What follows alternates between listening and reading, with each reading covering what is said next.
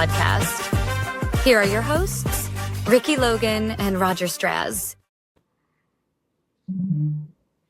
Welcome to the Red Hot Reds podcast. I'm Roger, that's Ricky. It's that time of the week that we have a special guest join us.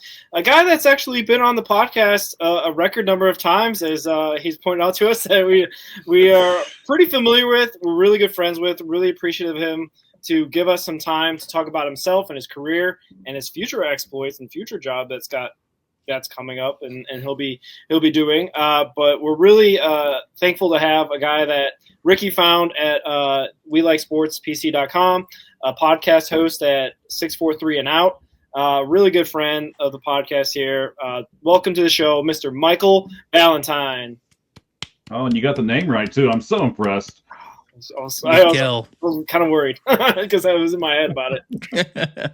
Well, yeah, he's been on the show as a co-host, so we wanted to make sure that basically he can kind of have the full Red Hot Reds interview experience by talking about himself more rather than expounding about the Reds endlessly and whatnot. And we also wanted to say congratulations on your new job with Locked On Diamondbacks that you'll be starting full-time starting on Monday. July 21st. I'm not sure exactly when we're putting this out, but just shout out to you for getting the new gig.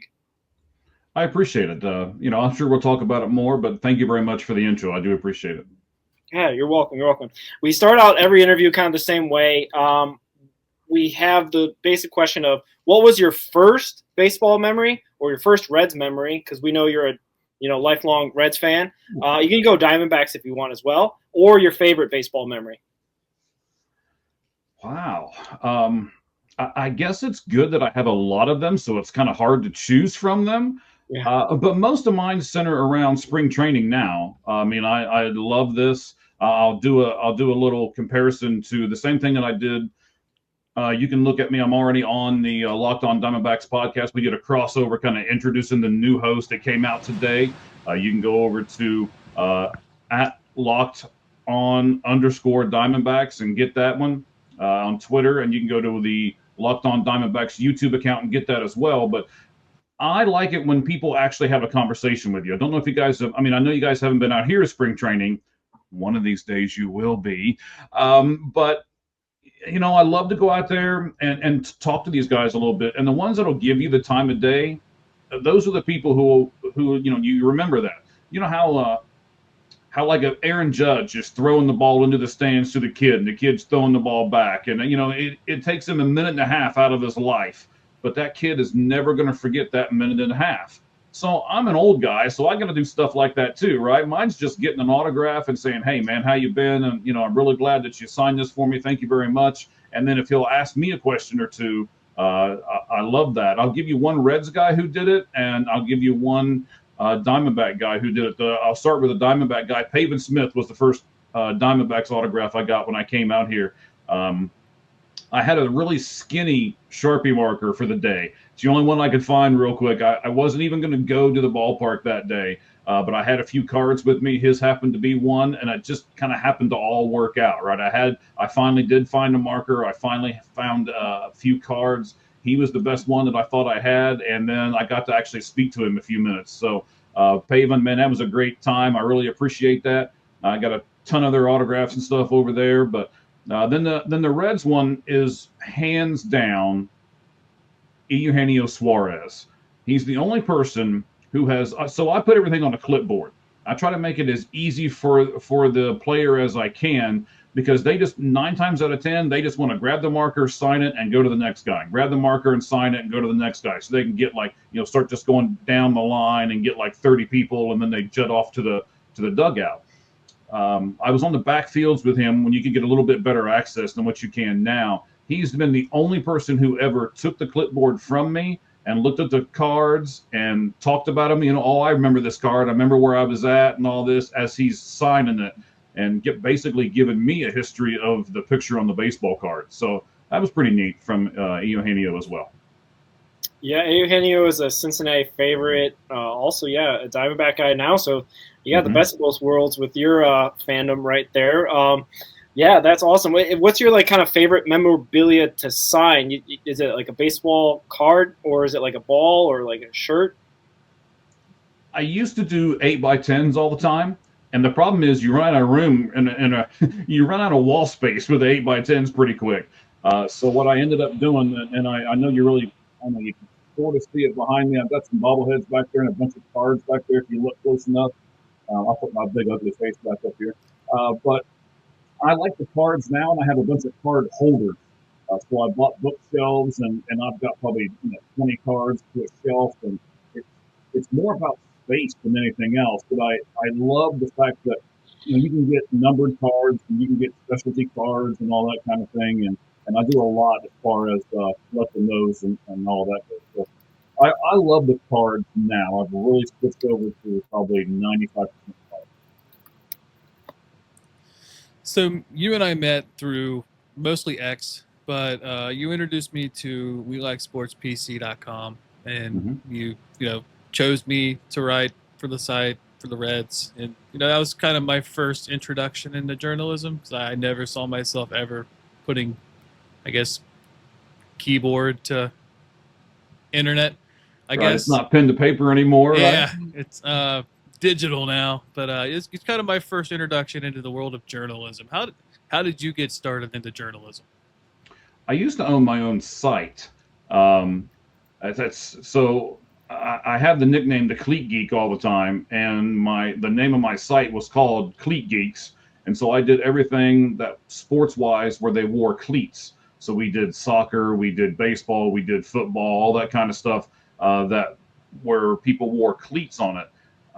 My wife eventually referred to it as the other woman more times than I'd like to count. So, because I was on that thing all the time, it was just me. And it's one of the reasons why I sought people out like yourself, Ricky, and try to get people to help me with the site that I'm on now. Now that I don't own that site, which is nice, because if you don't own it, you don't have to do it 24/7. So that was kind of the partnership, I guess, with my wife. And you guys are doing these podcasts 2 or 3 times a week, and it's not just a podcast. I mean, you guys have to write this stuff, and you have to research things for it and everything else. I mean, I'm getting ready to do my 2-hour or so podcast on Tuesdays, and then I'm going to do the Locked On thing where I have to do it 5 days a week for a half hour a week, and you have to research all of that stuff. And I'm going to be putting shorts up, and I'm just, man, we're going to go. And we're pedal to the metal, man. We're going to go.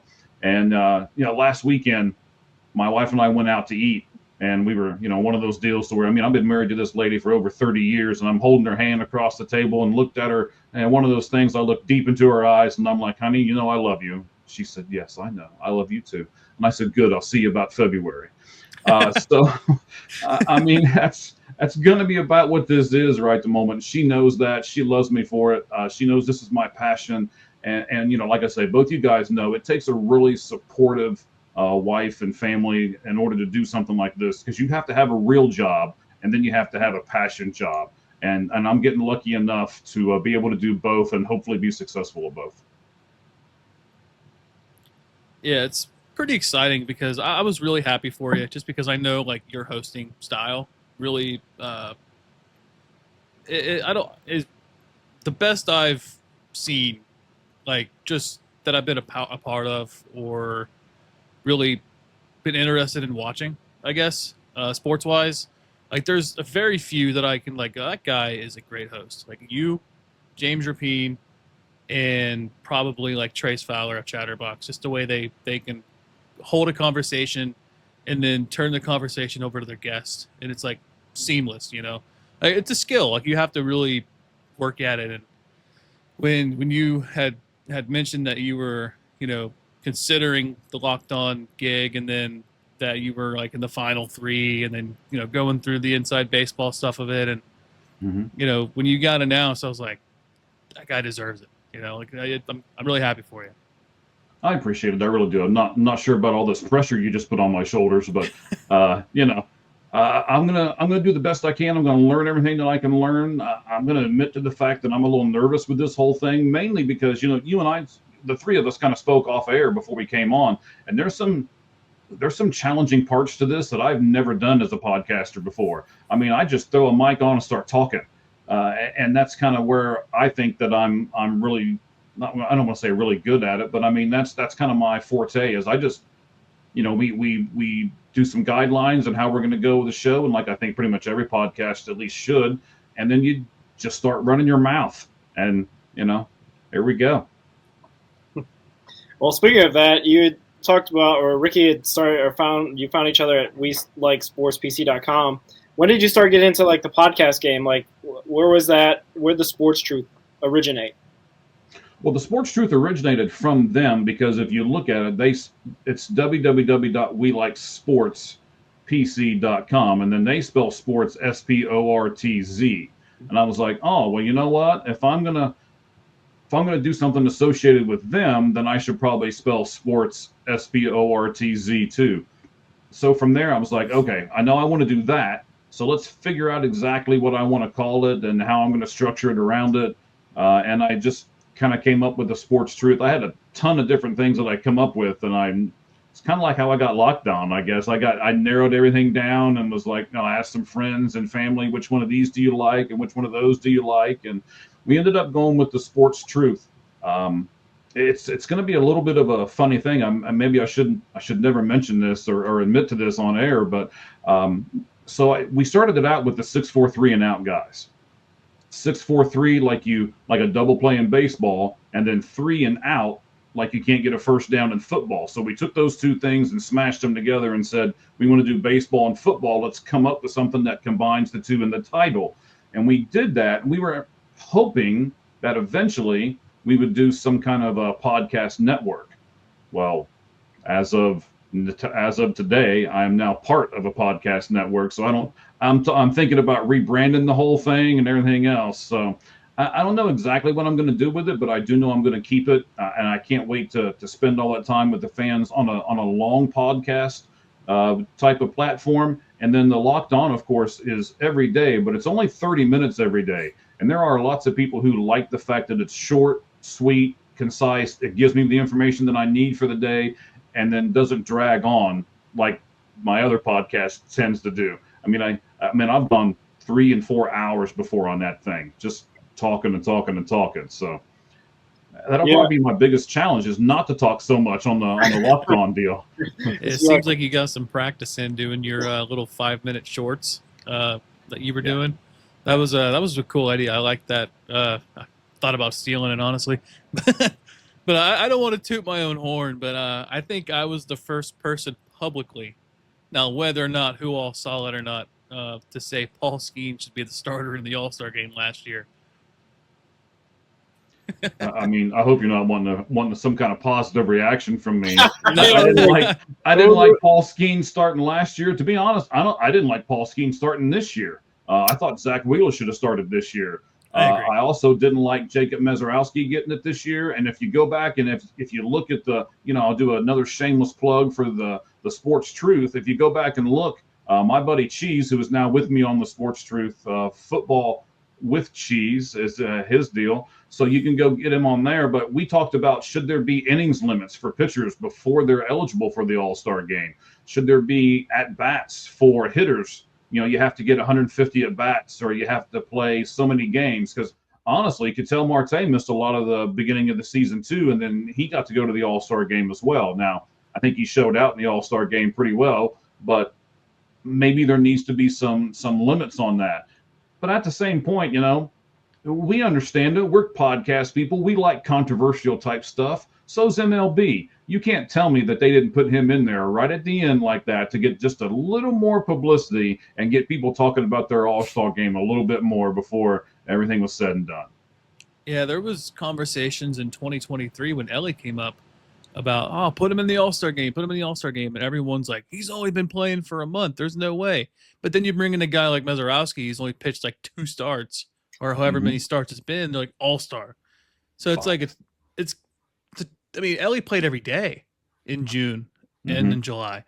He had probably 150 at bats, and I'm not saying he should have been.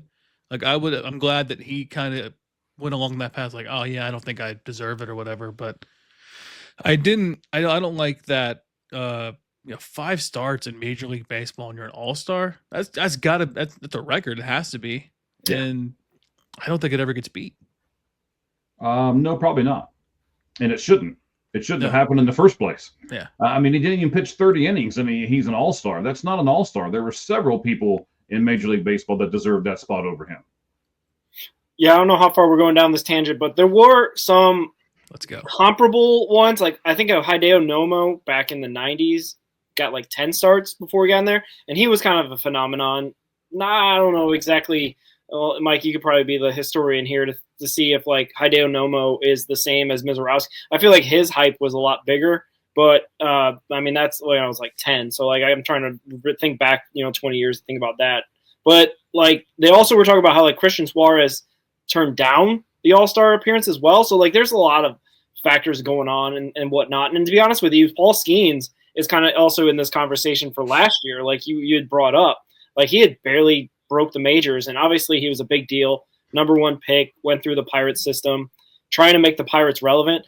I almost feel like it's like a let's make the Brewers relevant type of pick more than this guy can throw 103. I feel like everybody can throw, not everybody, but there's a lot of guys that can throw 103. You know what I mean? Like Roldis Chapman's still throwing 100 plus in his old age, but he deserved to be there as well. But that, I guess I'm trying to get back to the point here is that it is exactly what it intended to be. We're talking about it. Everybody talked about it. They're all lamenting, oh, does he deserve to be there? Guess what's in the conversation in the middle of July? The MLB All-Star Game. Yeah, I guess to kind of defend my take on Paul Skeens anyway. He made his debut May 11th. So that's equivalent to a guy starting the season on the IL and coming back in May. So he pitched 2 solid months. And I mean, he was absolutely dominant. But to start the All-Star games a different, like, did he deserve to be in the All-Star game? Yeah. To start is another tangent, but you also have like your new face of pitching and you want to get him out there. But I don't know. You could have made the argument that Andrew Abbott could have started the All-Star game this year. Mm-hmm. Yeah, you could have. I still think Zach should have started. Personally, that would if I was the coach, that'd have been my guy. But I even brought up on the on 643 and Out on Sports Truth podcast that I wasn't even sure if Dave Roberts was going to use him. I mean, that had to put Dave Roberts as the manager in a really bad spot, right? So you're the old school guy. So do you stick up with the players? Because a lot of the players came out and said, no, he didn't deserve to be there. We don't like him being there. So, do you use the excuse like, oh, just in case we need somebody at the back end, we'll save him over here on the bench. And then you make all the players happy and like, yeah, you didn't start him. Yeah, he didn't deserve to start. And, so he ended up pitching him. So I thought it was an interesting decision by him. And when he came in, I was actually doing the show live and I was kind of sort of trying to watch it while we were doing it on the computer over here. But when he came in, we both said, oh no, here we go. What's going to happen now? So, that's said and done and over. So we know what happened. Yeah, I guess this is kind of continuing this conversation. What's more, what's the word I want to use? What's more surprising? I don't know. Him pitching or Kershaw pitching? Like, because Kershaw hasn't been great this year either. And I get it. You have the legacy pick. They did it for Miguel Cabrera last year. Mm-hmm. But do you think that Kershaw pitching was more of a big deal than Mizorowski pitching? I like the legacy pick, so let's get that out of the way. I really think that's something nice that baseball is doing, and they pick somebody who deserves that accolade one more time. And I like how Dave Roberts did it. Put him in, came out and got him himself. Because they're on the same team, and Kershaw's been a Dodger. As much as I don't like them, I do like Kershaw himself. I just don't like that team. So I liked him being able to go out there and get him, and that was a nice moment. That was actually probably the second best moment of the All-Star game, saying that the tribute to Hank Aaron. I don't know if you've seen the picture. You can go over to, here we go, another shameless plug. You can go over to my Twitter account, which is at the 643 and Out Pod, and you can see the picture of his wife standing up in the stands and how a camera's got the shot over top of her, looking out onto the field and seeing the tribute things. And it's a really neat. It's not a video; it's just a still shot, but it's a neat still shot. I'd like to take Ricky's take and change it and go like, I think Kershaw should have started. Forget Paul Skeens.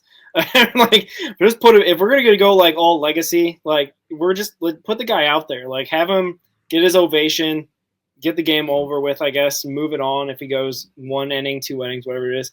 But why not? I mean, I was kind of like, I was surprised he pitched, but like there's also the situation where there's the picture.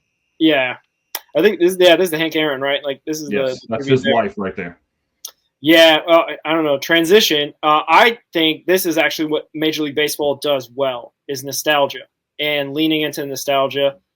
Ricky and I think, even talked about this. I don't understand why they don't do Field of Dreams games or the Rickwood game like for a series every year or even multiple series. It's a great television product, which is why I think they put Mizorowski in and they put Clayton Kershaw in, is to get people to watch the television. It's not all the people that bought tickets are going to go to the All-Star game anyway, whether it's Joe Blow or whoever is playing.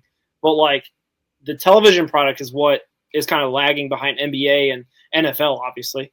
So like, why not do that more? I don't get it.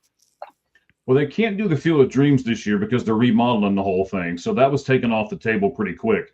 And what they've replaced it with is the Speedway game, which honestly, I can't wait to see it.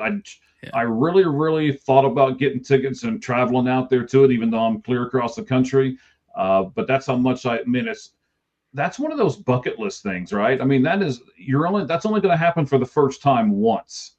They may do other Speedway classics at other places, but the Reds are involved. And as you guys said, I am a big Reds guy. So that's where I was born and raised and everything else. And then I moved out here about 15 years ago. So, that's going to be a neat thing too. And I just think they should do, my only gripe about this is that they should do all these specialty games before the All-Star game. And the reason why is, let's say that I hope not, but Atlanta's pretty much already out of the playoff picture. So who wants to go watch the Braves, right? And the Reds are kind of on that fringe right now as to, I know they're only 2.5 games out of the wild card.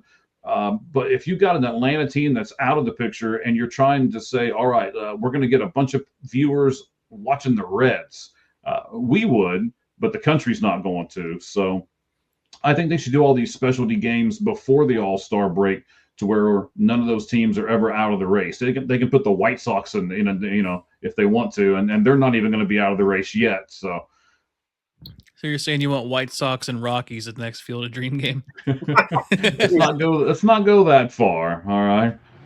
Yeah, well, that's like the 2022 Field of Dreams game. Both the Cubs and the Reds were under 500 teams. So like, I don't know if you just go for legacy play in those legacy games. You know what I mean? Or you just, I think the Braves have a big enough fan base, and the Reds. I think the MLB wants the Reds to have like some sort of relevance because they keep putting them in these type of games, like in 2022 and this year. I don't know. I guess I don't want them to just do it just one time. Like you were saying, Mike, this might be a one-time only thing. Why? Why are we doing that? Like this is, if they have like 150,000 people, MLB is like notorious for shooting themselves in the foot. Stop doing that. Like just do it again and just keep going until the fans obviously will say, yeah, we've had enough. I don't know. I get it. I get the Field of Dreams is getting renovated, but why aren't we doing like a Rickwood game? They did a minor league game this year. It's like it was awesome last year to see like Willie Mays unfortunately passed away right before, but the tribute to him was awesome. Like Major League Baseball, stop being yourself, I guess is what I'm trying to say. Right. So again, you can go over to the 643 and Out Pod on the Twitter account and look at it to have a picture of this up too. They just released a new logo for the All-Star game next year in Philadelphia with the Liberty Bell in the center of it. Really nice logo. So I think what you're saying is 100% right. So, the day or two, I can see Ricky's looking for it right now. So the day or two that they're done with this Speedway game, there we go. The day or two that they're done with the Speedway game, right, they should announce this. Our next Speedway game is going to be on this date between these two people. And, I like that. I think that logo is pretty slick, actually, with the Liberty Bell there. And, of course, you got to put MasterCard in there because they're the key sponsor. But it kind of looks like a throwback. It does. It does. So, I guess speaking of you wanting to go to the Field of Dreams game, or not the Field of Dreams game, the Speedway Classic game. You're originally from Cincinnati. You moved to the Phoenix area in Arizona. How was that transition? Was it like a culture shock? How was that? No, it was great, to be honest with you. I loved my time in Ohio. I will go back and visit. I'll never live in that sauna again. That's what that is back there, man. I mean, so let me give you a little bit of a backstory, right? So when I was in Cincinnati, I lived in a small town called Hillsboro. Shameless plug. There you go, guys. It's the only time you're ever going to be mentioned on a podcast, but there you go. So unless there's drugs involved or something, then maybe. But anyway, now they're all going to be mad. Here we go. There comes all the messages across. They're eating the cats. No, I'm just kidding. Yes, they are. They're eating the cats. Oh man. So I pastored a church there, and I ran a homeless shelter. I was an executive director of a homeless shelter there in the same town, same county, and all of that. The problem was, I love doing that kind of work, but that kind of work doesn't pay very well, and that kind of work doesn't give you any benefits whatsoever. The church wasn't large enough, the shelter wasn't large enough, but I wanted to do that kind of thing, so I got into that line of work. Now, my wife was able to work at DHL or Airborne Express, whichever one it was when you guys were there. I don't know if you're familiar with it or not. It's in Wilmington, Ohio. And then when they closed up shop and moved to Cincinnati, we lost all the benefits. So it turned into, oh snot, now what are we going to do? And we had some family out here. And so it's like, okay, we got a little bit of money saved up. So let's go out and take a trip to Arizona and let's see if maybe that can be where we want to move to. Because we were at a crossroads. It's like, we know we got to do something. So, that was thousands of jobs that were lost at that point. And I don't want to say it was in ruins or anything like that, but there was definitely an economic hit when that happened. So we moved out here, and to be honest with you, I could see baseball fields as we were flying into the airport, like multiple of them. And I'm like, oh my gosh, honey, look at this. She's like, oh my God, no, we're not moving out here. And we ended up moving out here. I mean, this is fantastic. Right? Well, I mean, you guys know it. One of these days I'm going to do it. I'm just going to call into the show, and I'm going to be at like the ACL field or something. And I'm just going to whip the camera, or it's going to whip the cell phone around and be like, guess where I am? And I'm going to be at the Reds ACL field for you or something, I mean, maybe I'll have Tyson Lewis come over and say hi or something like that, right? So, I mean, there's baseball here all the time, and those games are free. There's spring training, and then there's the Arizona Fall League, and none of those tickets are extremely expensive. None of them cost like the regular major league games do. So it's like the Goodwill of baseball, but better. I mean, it's fantastic out here. That's why I stayed out here. The weather is fantastic. There's a saying out here that says you don't have to shovel sunshine, and that's 100% true. You guys are shoveling snow later on this year, so when you do, just think of me, because I'll be hanging out in a Speedo scaring people in the backyard. Yeah, I think I told you before, but when I was like early 20s. Pre-marriage, all this stuff, and like 3 years ago. Like, more like almost 10. Okay. I've been married. You're so old. I've been married. I'll be married 10 years next May, if you can believe it or not. I was looking at houses like, Arizona seems nice, and I'd always seen that like Phoenix is one of the more affordable, larger cities to live in. I was like, you know what?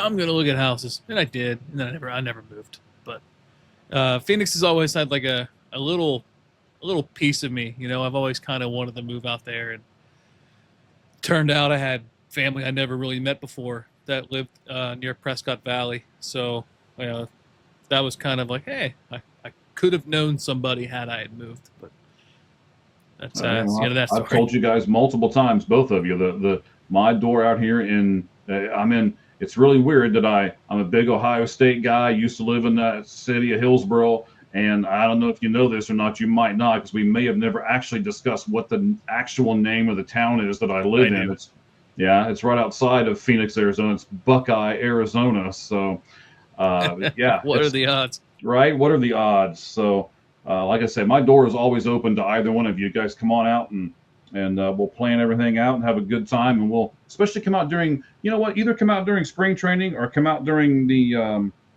Arizona Fall League. Just to give you a hint of it for just a minute, you can buy, you can buy a whole pass, Arizona Fall League pass. And the Arizona Fall League is like a month and a half, 6 weeks roughly, right? And you can buy a pass that gets you into every game, and that pass is usually like $80 to $100 a person.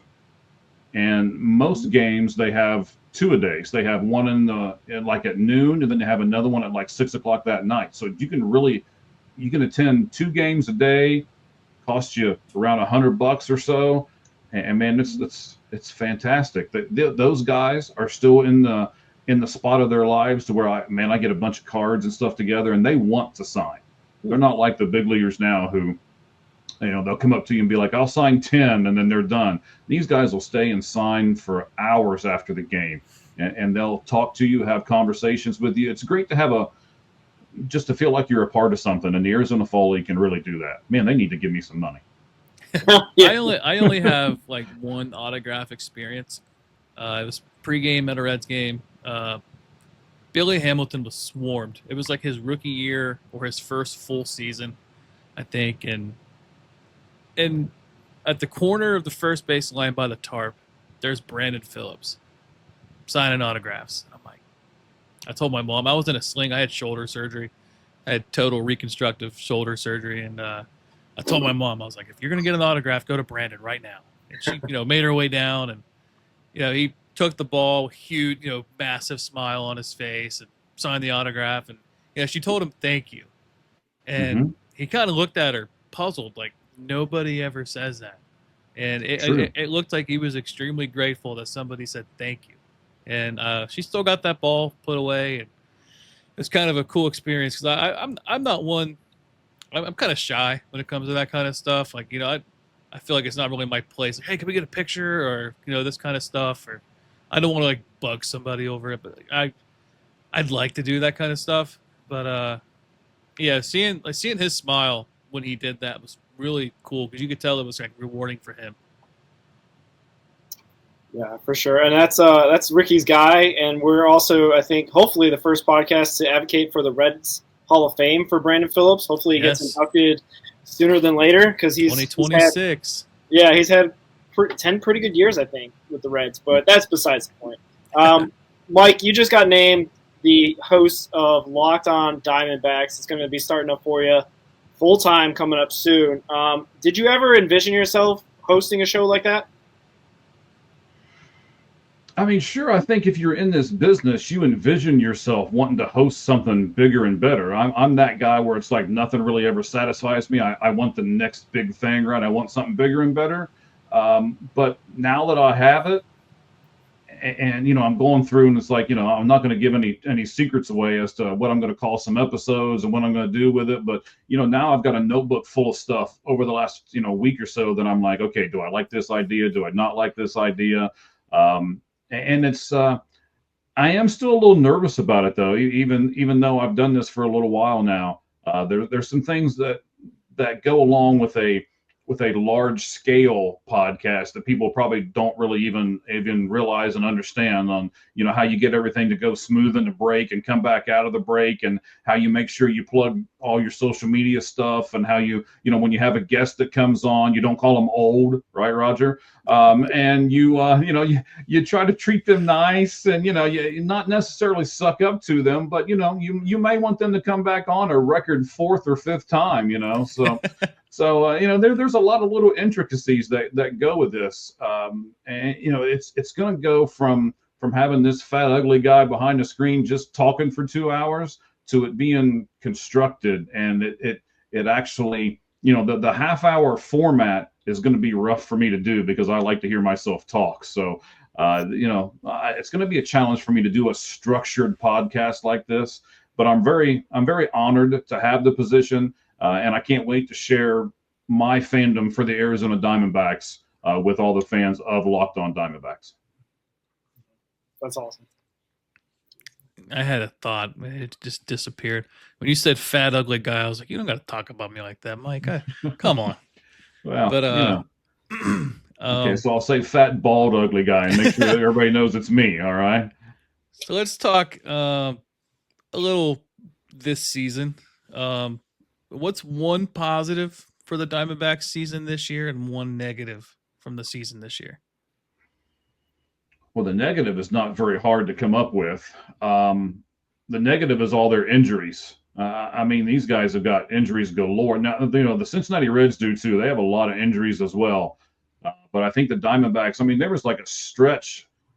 Do you know how upset, just to give you an idea, do you know how upset all these Diamondback fans were out here when they played that game in the rain and Gabriel Moreno got hit with a baseball in the hand and everybody blamed the Reds and the weather? And it's like, he had his hand out front of his leg. Put that hand behind your back. I mean, that's little league type of stuff. So you can't blame the rain and the Reds and the umpires. But just as an example, that was one of the big injuries that they had. Today they put him on the 60-day list. So a lot of people saw that and were like, "Oh, look at them stupid Reds again. And those umpires should have never done that." And it's come on now, calm down, everybody.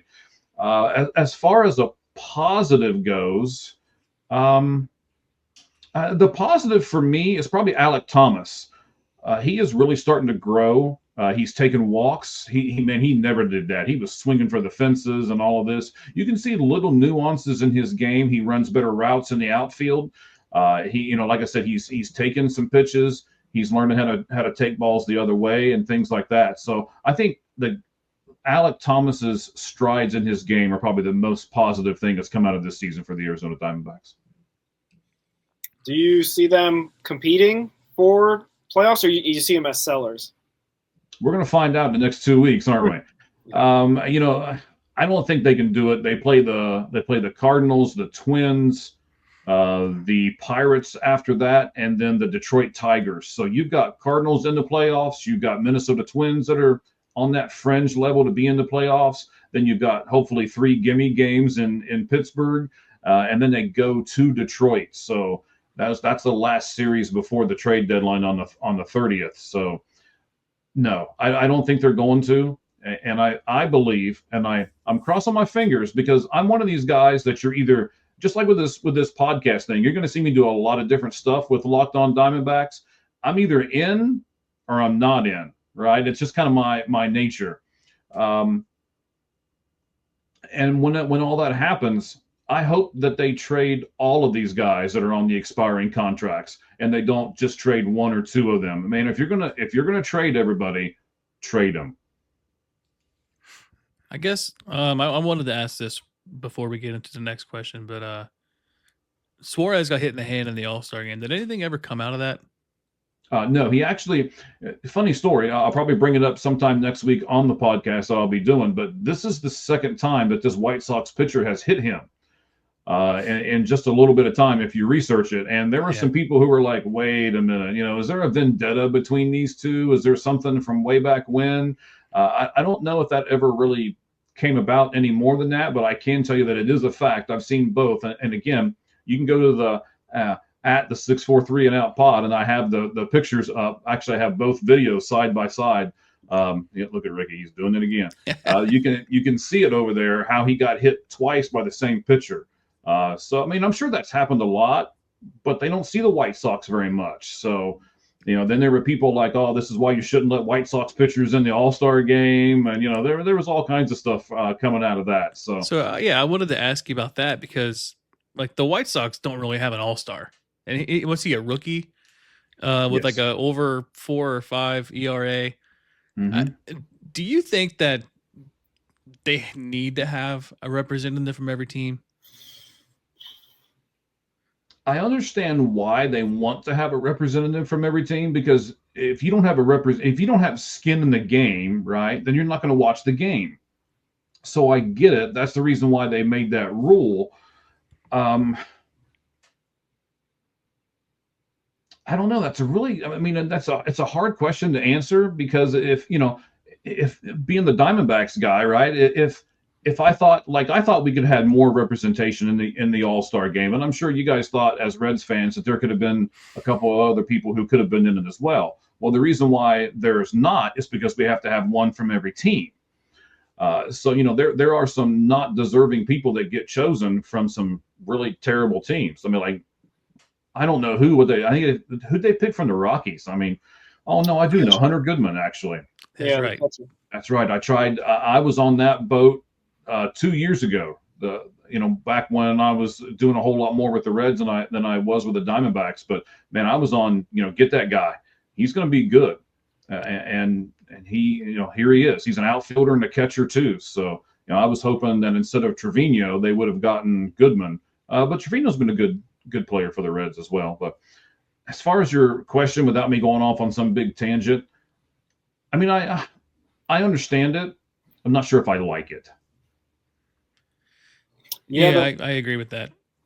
The White Sox guy was a rookie, like you said, 4-7, and the guy that I mentioned to Ricky that the Reds should go for, who's a pitcher on a really cheap contract. Adrian Hauser is like 5-1, and like doing pretty well for them. But like, I don't know, like the whole television product thing is, I think, the reason why they have one representative, because then like the Reds or the White Sox or the Rockies having a down year, they're going to be like, oh, I don't want to watch. We got nobody in the All-Star game. But Hunter Goodman's in it. Shane Smith's in it. You know what I mean? Like Ellie's in it until they added Abbott. Like now you got that market to watch. I think that's the only real reason they went that way, because I don't think they do that for other sports, to be honest with you. That you either make it or you don't. It's not like you have to have one guy. No, but I also think that without a doubt that Major League Baseball does their All-Star right, and most of the other major sports do it wrong. I mean, NASCAR's tried to do it a few times and they have just failed. NFL does a two-hand touch football game pretty much, and that's just awful. And the NBA, they just run up and down the court and play no defense because they don't want to touch each other and hurt somebody. So that's when it's 150 to 148, that's just not a good game to watch either. So I think the All-Star game, especially this year with the intrigue, and I love the swing off at the end. I actually haven't got a chance to watch the entire All-Star game, and I really want to watch the Futures game, and I haven't got a chance to watch it yet either, especially with all this Locked On stuff going on. I've been in Locked On meetings every day this week, so they're trying to learn this old man up. So that can be a little difficult at times. So I will get to it. I want to watch the Futures game, and I want to see so the Futures game last year when Collier hit that home run. When I heard about it, I was like, oh, I got to watch that game, right? Because he's the Reds guy, and I was with the Reds, and all that. So I understand how you get the markets involved by getting players involved. I just don't know if I like it all the way. That's all. Yeah, the only thing I would change about the All-Star format at all would be the home run derby the day before. I don't like the time limits. I miss the old days where it was like you got 10 outs. I mean, you're seeing guys gasping for air by the time they're done swinging. And I feel like you get a shorter product and probably get more engagement. But I just miss the days where you see like a Josh Hamilton hitting 38 home runs or whatever, and having just, if you hit the ball out, you hit the ball out, and you're only out if you get an out. I miss those days. Yeah, but the problem with that is, what did Josh Hamilton do after the home run derby he was in? I mean, if I'm the Reds and Ellie, they want Ellie. I'm sure they wanted Ellie to be in the home run derby, and I'm sure they wanted Bobby Witt Jr. to be in the home run derby, because if you look on any of the Major League Baseball stuff that they're doing right now, they're promoting those two guys really big. There's some other ones they're promoting too. Obviously you got Judge and Ohtani and all that, but I have the MLB package and everything else where I watch everything, and even on all of their smaller shows, if they have pictures of players, Ellie's always there, and Bobby Witt Jr. is always there in that picture. So I'm sure that Major League Baseball wanted them, but I'm also sure that their teams were saying, no, we're not taking that chance, right? We're pushing for a playoff spot, not for a home run derby title. So again, I would have loved to have seen those guys in the home run derby, but we'll use the same scenario, right? But I understand why the teams don't want them in it. Oh yeah. I guess Suarez has been in the conversations of being traded, along with a few other guys from Arizona. I guess they're kind of being linked to selling. You guys aren't out of it by any means. Like, what are you guys, about 5-6 games out of a playoff spot in the wild card? Mm-hmm. Would you like a Suarez reunion in Cincinnati? And what do you think a trade package looks like?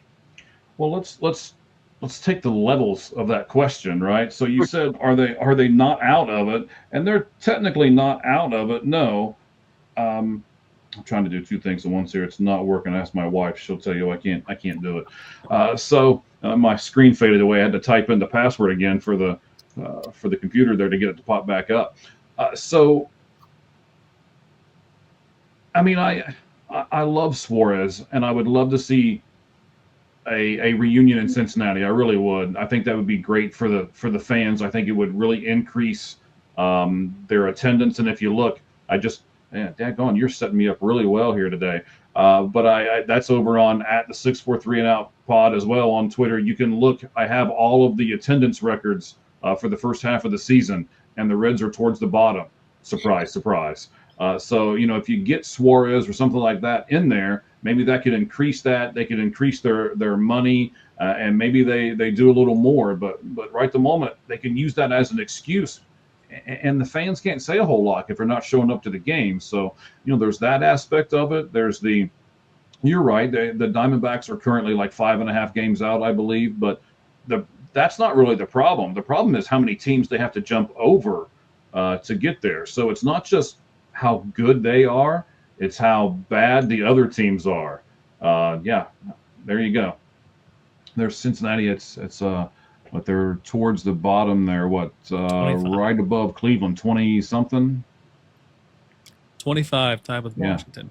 25, tied with Washington. I mean, you don't want to be tied with Washington for much of anything. So, not really, no. But I would love to see a Suarez trade. And in fact, whenever you're ready, I have a trade proposal that would send Suarez to the Cincinnati Reds and would actually reunite you with another guy who used to be on the Reds. That's on the Diamondbacks too.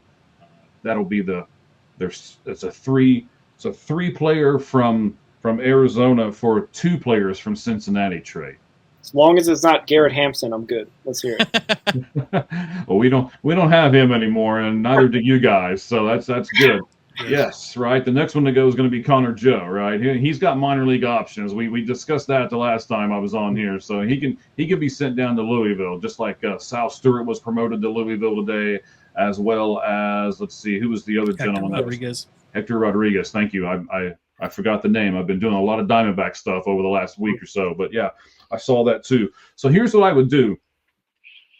We keep saying, I guess me, I keep saying that the Reds need another outfielder. So I'm going to give you another outfielder, but all I'm going to do is I'm just going to move him positions and put him in the outfield. Corbin Carroll. No. No, I'm going to move Spencer Steer back to the outfield, and I'm going to put Josh Naylor at first base for you, and then let him DH for you a little bit, right? Maybe Spencer plays once or twice a week, and Josh Naylor plays all the other times per week. And then I'm going to give you Suarez from the Diamondbacks. And I don't know if you figured out who the other person is that Arizona has that used to be with the Cincinnati Reds. He can be a long man. I don't think he can be a starter for you, but I like him in a long relief role for Cincinnati, and that is Anthony DeSclafani. He is also with the Diamondbacks. So we can package Suarez, Naylor, DeSclafani. So all 3 of them for 2 people that are in your minor league system right at the moment. I'm going to take a chance as a Diamondback guy. I am going to take a chance on a guy who has been often injured, but when he was pitching, he pitched very well, and I like the kid a lot. Big, tall, lanky guy. That would be Brandon Williamson. So I'm going to take Brandon Williamson off your hands, and he's going to be cheap for us too, right? That's part of where I'm going here.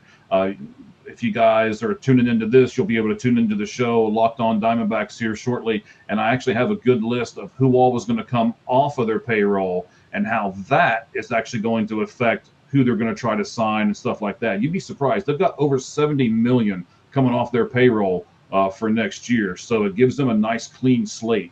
And then the other guy that I want, so if I give you Naylor, that leaves me with a left-handed guy in Pavin Smith at first base, whom I really like. So I want a right-handed guy at first base. And the other part of this is if we give you Suarez, I want somebody who can back up third base, because we are probably going to turn that over to Jordan Lawler, who is one of the big prospects that we have down in our minor league system. So I want CES. He can play third and first, and then I'll take a chance on one of your pitchers, and I will push you over the edge this season by giving you Suarez, DeSclafani for your long relief role, and put Josh Naylor over at first base, so then you can put Spencer Steer in the outfield. I like that. I forgot about Brandon Williamson, to be honest, recovering from Tommy John. Mm-hmm. Yeah. He could be an easy one because he has, he was a pretty good starter last season. Well, really 2023. He had a really good season, his rookie season. I like that. If I wasn't giving up CES, which I guess I'm okay with, especially with the guys we have coming up relatively soon. Cam Collier could be up within a year and a half. Yeah, Sal Stewart coming up soon. You can move Tyler Stevenson to first base if you need to. You still got Spencer Steer. I mean, because I think there's people out there that are going to think that Suarez is going to require this massive haul because of the 31 home runs and all this. But I think that he's a rental. Like, you only have him for 1 year or the rest of the season. And you'd almost need like commitment that he would sign with your team to kind of give more, which is unlikely. He's going to go out and test the market. He had 31 home runs through the All-Star break. Right. So my trade package was going to be, you really got me into Brandon Williamson on that, because I could see that. I was thinking if it wasn't Brandon Williamson, it's going to be Chase Petty and another lower level prospect, not CES, maybe like Tristan Smith or Leo Balcazar. So they're having the other thing that I could see happening, the problem is I don't think he's going to play real soon. I like Tyler Callahan too. And the Diamondbacks like these guys, Tim Tawa, Tyler Callahan, Garrett Hampson, who can play multiple positions, right? And so I could see them looking into someone like Tyler Callahan as well. But I structured the deal actually around CES, because if we give you Naylor, that's what we need, is a right-handed bat at first base who can then also turn around and play third base. And if you guys think about it, don't you want Noelvi Marte at third base? And, you've really got no place to play CES. That's the whole reason he went down. That's not a guy you bring off the bench. CES is not a type of player that you bring off the bench. So they wanted to put him down in Louisville, let him get regular at bats, and I completely understand that. And that's what I want to do with him too, is let him get regular at bats and, do the righty lefty combination at first base, and then every once in a while I'll throw him over at third. So I had kind of I don't want to say a hot take, just conversation. I discussed should Noelvi not pan out at third base, moving him to a corner outfield spot, because he's athletic enough to go out there. He's got arm strength. I wouldn't move him to center. I still think that's Hector as a spot for the future. But corner outfield spot, left or right field, and you split time with Will Benson or whoever else is out there, Reese Hines, or if they sign somebody. And then you have your infield is Sal Stewart at third and Cam Collier at first, and then you potentially DH CES. But there was rumors. Well, no, I won't say rumors. There's been a discussion that I just dropped his name. Kyle Schwarber is interested in coming back to Cincinnati. Well, his home in Middletown. In Middletown, yeah. And that's an off-season thing, though. I don't think that's that's a trade deadline thing. That's a thing to where you could kind of afford to trade somebody like CES, because that would be the 1 year gap, and then you would have that year for Cam Collier to come up and kind of take that spot. So I love CES. I think he's got Pete Alonso potential. It's just he hasn't shown it yet, and he's not really showing much of an ability to change his approach either. No, I agree. But I'll take that chance. That's what trade deadline deals are. I mean, he could go out there in a lower level team taking a chance on somebody else's higher level prospects. That's basically what it really boils down to when you start looking at trades. Yeah, the only thing I'm seeing out there is that I think the Yankees are heavily interested in Suarez, so there may be a hang-up where, like, I don't know if he's coming back to Cincinnati. As much as we would like him to, as much as I think he'd like to have, like, a little bit of a homecoming. But get him in free agency. Yeah, Schwarber and Suarez. Why not? There we go. Who bought the team? Jeff Bezos? So, I wonder, especially with a team like Arizona. Arizona is been a player-friendly team, and they're kind of known for doing that, right? They have one of the cheaper tickets for the fans. I mean, they've been known for these kinds of things over the years. And I wonder if they would go to Suarez and present him with 2 or 3 different trade proposals, and they're like, okay, we got a couple guys in the Yankees that we like, and they're willing to trade us for these, but we've also got a trade package for the Reds that we like. Where would you like to go? Kind of thing. Well, that's the thing. Is like the Yankees, I hear their farm system's kind of depleted because of obviously they do trades every year at the deadline. But like, Is that what state are the Arizona Diamondbacks in? Are they looking to rebuild? Or are they looking to get major league ready players? Because if they're going to do the major league ready player route, I think the Yankees would probably be the better trade, partner, as opposed to the Reds, who are going to give you guys that may or may not be ready in a year or two. It's a little bit of both, actually. They've got a really good farm system, but they have a really good lower level farm system. Their AAA aces in Reno are not fantastic, but they do have a lower level system. I mean, Andrew Jones's kid is there, and they've got a guy that they just promoted up to the Sod Poodles. Yes, they're called the Sod Poodles, and that it's that for them. But what they do, and what Ken Kendrick has done, he's the owner of the Arizona Diamondbacks, is he's basically said, okay, how much, like when they went on their almost World Series run, right? They made a lot of money, and he said, okay, he made the figures public. We made this many millions of dollars off of this run. So here's what we're going to do. We're going to spend that money and put that money right back into the team.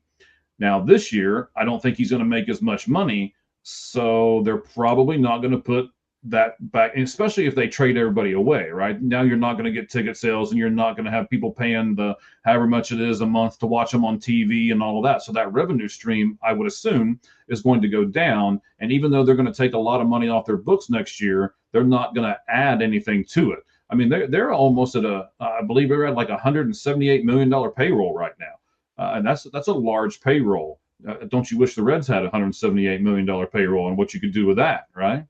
Oh, we're getting there. I think it's like 118, 112 around there, depending on how you count it with all the guarantees and stuff like that and arbitration. Right. But yeah, 170. Sure. Yeah. Gosh. So yeah, I don't know. 170 sounds pretty big to a Cincinnati fan base, to be honest. You're right. Yeah. I guess to get to, I guess we can go with our final question here. Sure. Who wins a championship first, Arizona or Cincinnati? Oh, there are, for those of you who just watch podcasts or listen to podcasts and you don't know the back ends of this, right? These guys sent me some of these questions, and I told my wife, I was like, I don't know what I'm going to answer on this one, and she goes, oh, you're going to go with your Reds because you've been a big Reds fan forever, and I'm not. I'm going to go with the Diamondbacks because I think they have a better win now. You guys have a few better players, Elly De La Cruz. You've got Tyler Stevenson, who I have always loved Tyler Stevenson, even though he snubbed me for autographs on more than one occasion. Hit a home run tonight. But I still love you, Tyler. So some of those things, and I really think that your AAA team, man, Sal Stewart's going to be the man. Cam Collier is going to be a good player. Hector Rodriguez is going to be a really good player. Arroyo has a chance to be a really good player. We don't really have those. Man, I'm almost convincing myself to go back with the Reds. We don't have those players right now, but we have like a 2 or 3 year window before the Reds get those players up here. So I'm going to bank that we can do something within these next 2 to 3 years, and then come 2028, 2029, I'm gonna be doing a bunch of crossovers with Reds people because they're gonna be right up there at the top. And that brings me to this, ladies and gentlemen. I will tell you that when we do get to the series where the Reds visit the Diamondbacks later on in August, I believe it's right around the 21st or so. These two gentlemen right here have already agreed that they will be on Locked On Diamondbacks, and we're going to have a really good time going back and forth and seeing where both these teams are then as opposed to where they are now. Yeah, for sure. Appreciate that. I don't know if you, Mike, I'm trying to get my take out there. The CBA is going to be up December 1st, 2026, after the 2026 season. So, and there's an anticipated work stoppage, lockout, whatever you want to call it. Mm-hmm. My take is that the season's going to start late, maybe like half a season, maybe 80 games. And the Reds are going to win the 2027 World Series because Ellie's going to have a crazy 80-game run. They're going to go through the playoffs. He's going to be the MVP. And then we don't have to worry about contract extension talks because we'll have that shortened season World Series and there, done and dusted. You can just kiss him goodbye. Well, just hug him. Just say thank you for the memories. Have fun in Los Angeles or New York or wherever. That's my take. I don't think the Reds can afford to let him go. I really think they have to pay him. Yeah. Well, they might not be able to. I don't know. So I'll tell you this: if they keep Ellie De La Cruz, they will go to the World Series in either 27, 28, or 29. If they keep Ellie De La Cruz. Why not all three? Yeah, sure. Why don't you just fight dream the whole? Come on now. I'm trying to throw you a bone here, Roger. Don't make me throw you the whole cow. All right, I'm just a bone. That's all you get, man. Yeah. We'll take one World Series appearance, I suppose. Shouldn't be too greedy. Yeah. Yeah, I feel like Ellie's kind of like that new Coldplay meme going around with that CEO of that company. I don't know if you guys saw that or not. CEO of that company having an affair with the HR lady. I feel like that's us with Ellie. We're just kind of holding on, and then we have to let him go. He's going to have an affair with a team that can pay him more, right? How do we get him to switch agencies? Do anybody know how to get to him that way? He has a conversation with Matt McLean, and he has a conversation with I think Hunter Green. I think Hunter Green originally had Scott Boras, and he switched. He did? Oh, I think so. Yeah, I believe. That's right. I don't want to quote it with Hunter Green, but I'm pretty sure that Matt McLean did, and he switched. Yeah, I know Matt McLean did. Yes. Well, hey, yeah. Okay, there's a chance. And he's got his new girlfriend he's been showing around. Apparently, she's from Southwest Ohio, so maybe she doesn't want to go out west. Maybe she doesn't want to go. She wants to stay home. Yeah. There you go. Well, you have her talk about Boris and be like, I don't like this guy. Anyway, anything else you got for our guest, our special guest today, Rick?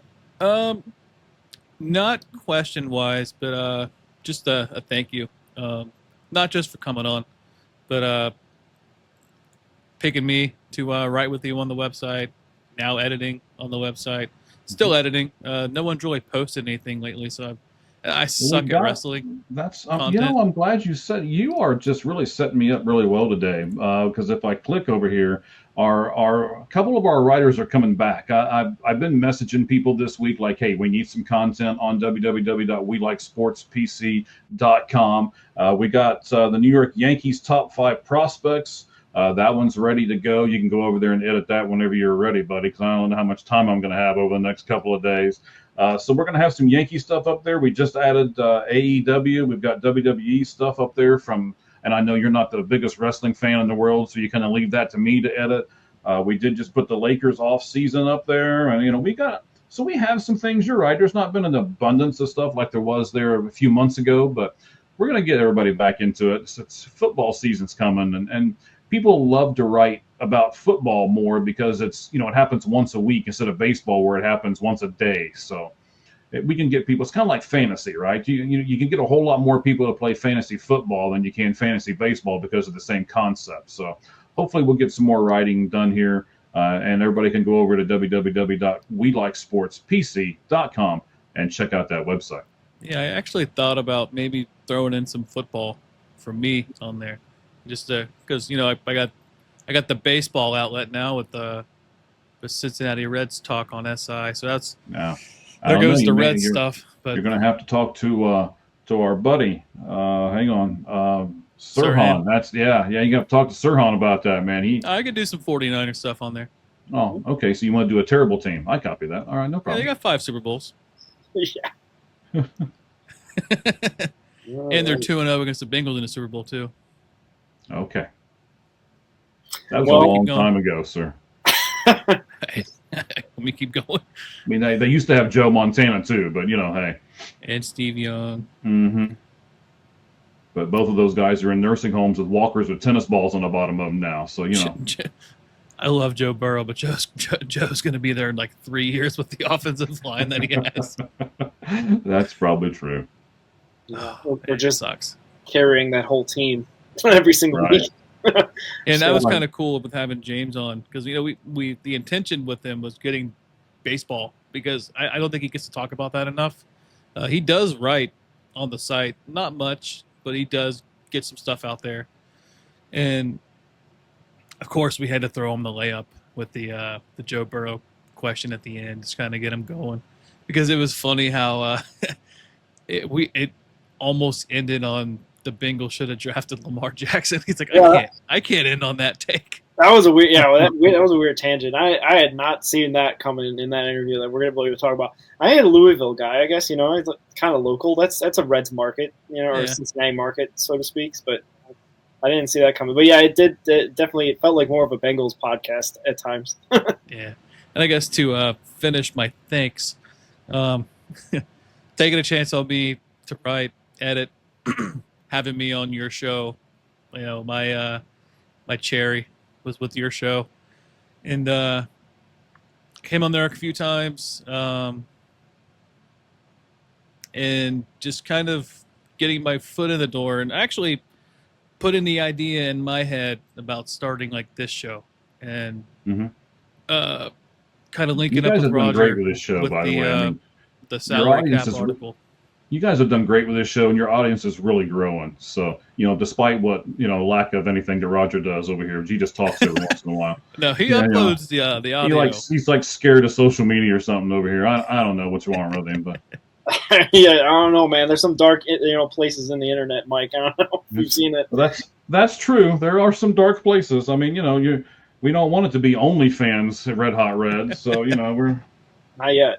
Unless we're desperate. But anyway, I like to thank both of you guys for allowing me to be on the show with you guys, because you guys are, taking off like rocket ships, getting your own jobs, getting your own podcast, getting your own setups here, and I'm just sitting, just listening to you guys talk about your exciting new careers. I'm like, hey, thank you for not forgetting about me.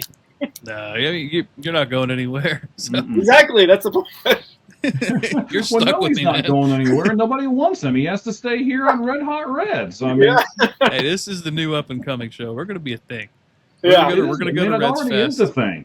And I know this is one of the questions that you guys were looking at, and we kind of skipped over it. But when Mitch and I first started, Mitch Middlebrook, shout out to him. I messaged him earlier today, thanking him, kind of like what you just did with me, because it was Mitch and myself that started off. We did X Spaces, and we're like, okay, well, people actually listen, and people actually listened, and we're like, well, son of a gun. So then we'll do a podcast on X, and we'll see how that goes. And then that went, and then wow, now we'll add YouTube to it, and it's one of those things that just kind of organically grew because. And just like what you guys are, right? You guys are true to yourselves and you're true to your teams. You don't try to do Stephen A. Smith bull where you yell and scream and you just want to have a take because it's going to tick people off and get viewership. And for me, I want to listen to a podcast that's genuine. And that's what I'm going to try to do with Locked On Diamondbacks and with the Sports Truth as well. And that's what you guys do right here with Red Hot Reds. And I certainly appreciate you guys doing that. Yeah, and I was going to say, I think the biggest thing is, is just, like, I think the biggest thing is just, like, having a Yeah, it's a lot of fun, and I don't want to like say it's my thing or whatever, but just like it was my kind of my vision of like having like this interview segment. It's like because like anybody could log on and talk about their team all day long and every day, but like I wanted to get to know other people in sports media, whether it's baseball, football, whatever. And I feel like the start kind of happened with Tom and just him being so open about everything. Even his incident in 2020, he was very candid about that. And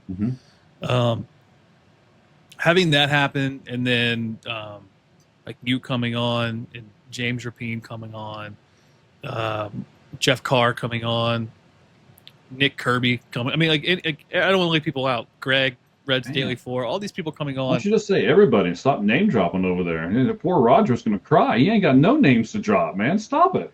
All these guests are Ricky's guests, by the way. That he Justin Latta. Hey, I'll throw a Justin Latta. That's why all of a sudden his hair's blonde, right? And he's like, all that knowledge is bleaching his hair. Just all the guests in general. Roger's had his share. He's had his picks. I forgot his name already. The guy from Boston. He had his pick, but I can't remember his name. Boy, you're just a great host. I tell you what. Yeah, see what I'm saying? Justin Latta. Yeah. All right, so this is the last podcast that Roger's ever going to do on the show because he is going to be done with this crap. Hey, Roger uploads the audio every day, so that's his role. I don't know how to do any of that stuff. I just upload the video if I have to. Yeah, so you don't want me doing the other stuff. It'd be a bad podcast if that's. Did you watch our first live show? That was a disaster. That's kind of like James talking about his experience going up to Cleveland, how he blew a tire and then the U-Haul shut down. I was like, dude, our first podcast, there was tornadoes outside. It was terrible. Roger lost the internet. I was like, and that's all, folks, and just hung up. Just we'll end it there with the Go Reds. All right, go Reds. Go Reds. And Diamondbacks too. And you guys. We're the Reds.